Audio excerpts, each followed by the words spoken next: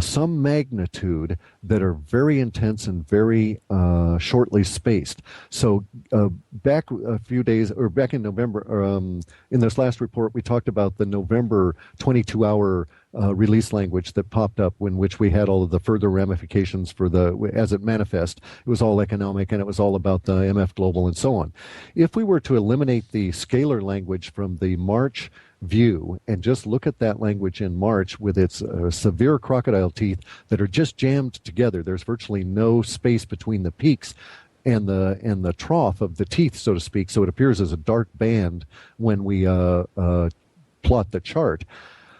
And we looked at it economically. If we were to make an economic analogy to that, then we're looking at a period from March 2nd through to, say, the equinox on the 21st, in which we might be seeing the equivalent of 2,000 or 3,000 point swings in any index you care to name. If it's the Dow, it would be a 2,000 to 3,000 point swing on a day-to-day basis. It is that level of intense building tension language, but it's punctuated with these real sharp short terminating release languages, and they go, and then there's that last building tension, and then it goes into release language, just like over the past few days you would think it's going to stop and then rebound, only it doesn't.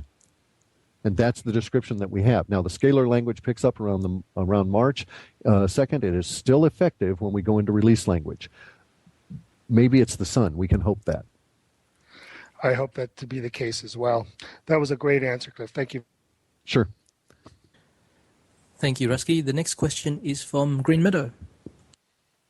My next question is, in the current report, you mentioned the Death Wave 1, and when I was young, a psychic told me that we would be coming to a time where many souls would choose to leave the planet. Somehow I thought that that would mean that people would individually die of accidents or disease, but not in large groups.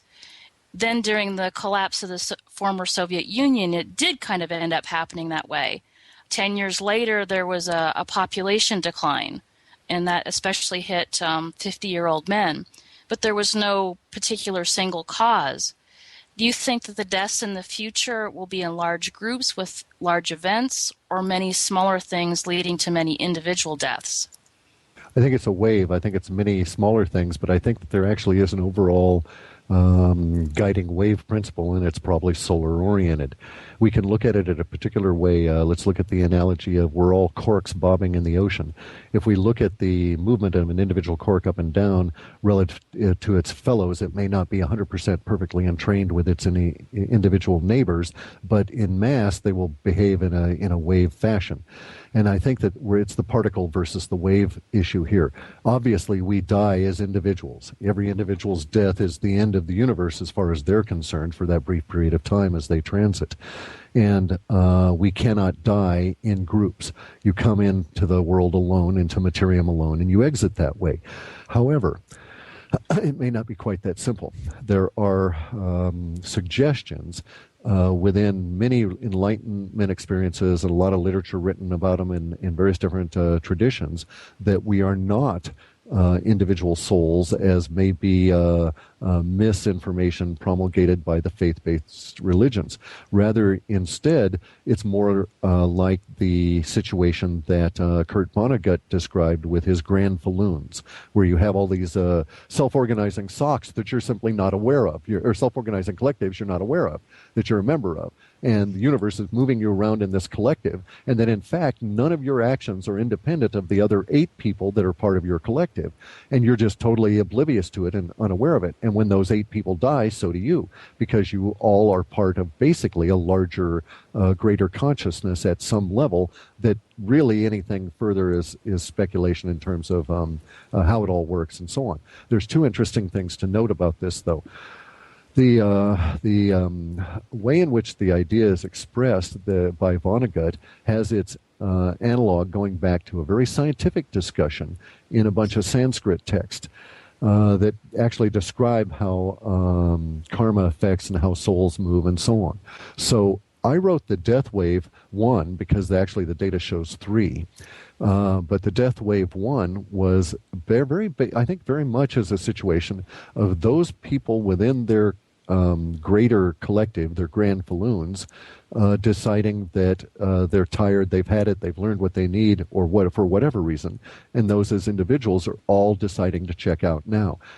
At the greater level, though, one way to look at it might be that the vibrational waves that are those individuals, that are those beings, are being affected by the vibrations from the sun, and the sun, for whatever purpose of materium and universe, is sending out information that makes those individuals wish to check out now. Basically kind of in a way saying that, yeah, they're leaving now. They may not necessarily be tired of life or whatever, but their karmic journey at this point is done, and they're going to go on to their next phase. I'm of the opinion, and can argue very effectively, that anybody's idea that death is anything other than a transition is wrong, and that you can argue it just on the energy can't be destroyed basis. No atom or electron is ever destroyed in operating any electrical device, and it doesn't work that way. And all of our mathematics that says it does are entirely Heaviside's alterations of Maxwell's equations, and they're done to obscure the real nature of reality. So I think that Death Wave 1 is a bunch of individuals. It's going to be particularly effective for Japan, but you can imagine that it's also part of the Japanese experience at the moment, because radiation affects you at a key level. Energy is greater than electromagnetism. The energy that manifests, that the Roman or the Latin language calls anime, that the Chinese call chi, that the Hindus call prana, that the Japanese called ki, that we call life force, that energy is at its core an energetic vibration. If that vibration is disturbed, your experience of that ki force will be disturbed. And so many people have had experiences in their life when they've had low-key energy, and they have felt themselves not necessarily on the verge of a heart attack or anything, but on the verge of death from merely being drugged down in their key energy. And this could happen, say, as the result of a long illness, tuberculosis or something, from which you can recover. But if your key energy can't recover, you don't, because it is truly your life energy. Well, radiation affects your key energy, and further, it affects you as a combined mass of energy in your ability to absorb and deal with the key energy that you need to take in every day. So it is not surprising that the data seem to show that the next immediate nexus of the of Death Wave 1 will be Japan in a Chernobyl-like fashion, as the radiation is affecting the ki of a lot of individuals. And of course, as you get older, unless you do take steps to engender ki force by doing things like Ni Kung or Qigong or any of these traditions, your body and your consciousness has less ki available to it, and it has less ability to deal with it. So the old and the extremely young people will be those that will be affected by this death wave. Fortunately for the mass of Japanese alive now, the data does show that the young Japanese will be going through a social evolution here that'll happen very rapidly. Many people will say it's going to be very much like the Arab Spring. It will not relate to politics at all. It will relate entirely to the Japanese preservation of their own DNA and what steps they're going to take as a racial subgroup. Emigration, we think. Wow. Well, I can see that as a culture they need to pull together to figure something out. The death wave, again, it's, we're lazy butts. We're creatures of habit and stasis until the stasis is changed. The death wave will change the stasis, and they're going to have to stop fishing in the river of denial and look at what they're swimming in. Yeah. So do you have any clues to Death Wave 2 or 3? Not that I'm willing to talk about. Okay. And Wow. it's not mysterious or anything. I don't want to project what may not manifest. And it may not we won't be able to say which way we're going to go until we're sometime into April, probably. Okay. If we go a particular way, Death Wave 2 and 3 are going to be natural outcomes and may indeed even be simply the, we missed that, dodge that nuclear war kind of language showing up, rather than an actual event discussion. I swear, when I talk to you, there's so many times it's like, okay, cross my fingers. Well, okay. And we're at that point now where we don't want to cross our fingers anymore. We want to do our finger stretching exercises, and we want to get our key all ready, because truly we are at a point of commitment. If you are not taking action to thwart the powers that be in February and March of this year, there may not be a point to it in April or May.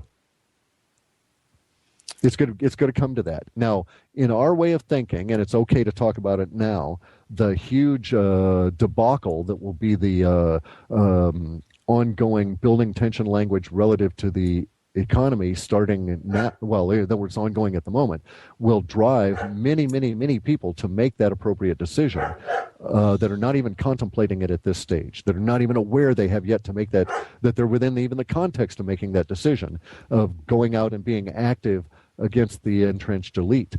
And I don't want to say much more than that, other than that wave is part of our immediate future. It leads up to that March 2nd time period.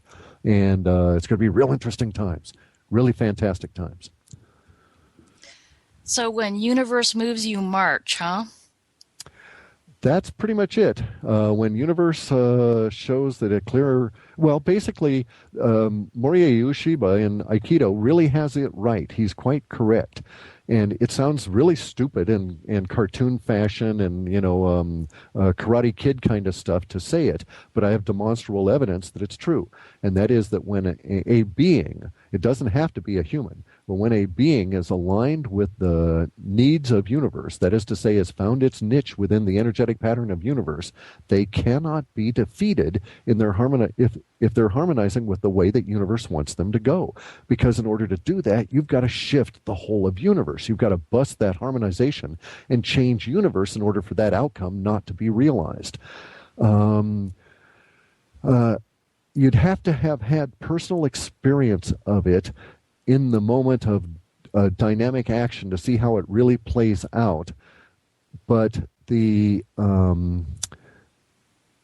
ability to grasp that harmonization is more than simply words, that it, at an energetic level, it is a vibration.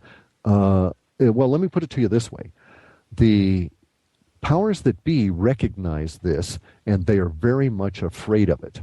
And this is why our current Gandhi, and everybody is going to dispute me, and I know that some individuals out there with whom I've had discussions will rant and rail at me and say it's because of certain things that are affecting my consciousness that I have this opinion. However, the person on the planet at the moment that the powers that be are treating as though they treated Gandhi is David Icke. They have and are using the same techniques on him as they used on Gandhi. They are as afraid of him as they are as afraid of Gandhi. They are as reluctant to kill him as they were as reluctant to kill Gandhi. And they went through great lengths to assassinate Gandhi, many, many, many hands removed from the actual assassination, and still it caused their empire problems for 15 or 18 years after they did that act, and they are aware of it. In fact, the assassination of Gandhi is what led to the overthrow of the Shah through the British Crown because of problems they were having. So they are aware that when humans harmonize with a basic goal of universe, they're at a level that we cannot appreciate, undefeatable and untouchable. It's a real chore to be so harmonious, and universe puts you through huge amounts of struggle to get there, as I have personally witnessed, because I'm nowhere near as harmonious as Ike is relative to what universe wants done, but I'm close. I've gotten through my levels of struggle to reach my appreciation of harmony.